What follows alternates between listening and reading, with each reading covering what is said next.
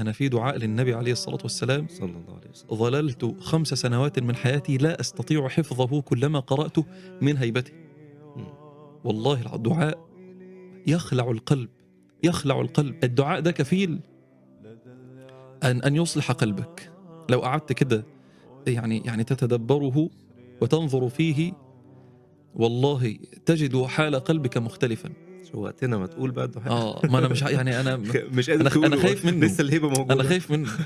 الله أنا المستعان. حفظته لسه تقريبًا حافظه من يمكن شهرين سبحان الله. أو 3 أشهر، وحفظته لم أجد مكانًا يعني يناسب هيبة هذا الدعاء كالحرم، كبيت الله الحرام، كهيبة بيت الله الحرام، فأخرجته ودعوت الله عز وجل بهذا الدعاء فيه.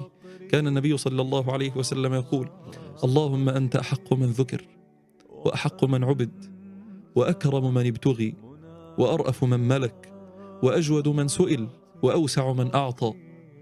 أنت الملك لا شريك لك، والفرد لا ند لك، كل شيء هالك إلا وجهك، كل شيء هالك إلا وجهك، لن تطاع إلا بإذنك، ولن تعصى إلا بعلمك. أقرب شهيد وأدنى حفيظ، أقرب شهيد وأدنى حفيظ. القلوب لك مفضية، والسر عندك علانية. الحلال ما أحللت، والحرام ما حرمت، والدين ما شرعت، والأمر ما قضيت، والخلق خلقك، والعبد عبدك، وأنت الله الرؤوف الرحيم، وأنت الله الرؤوف الرحيم.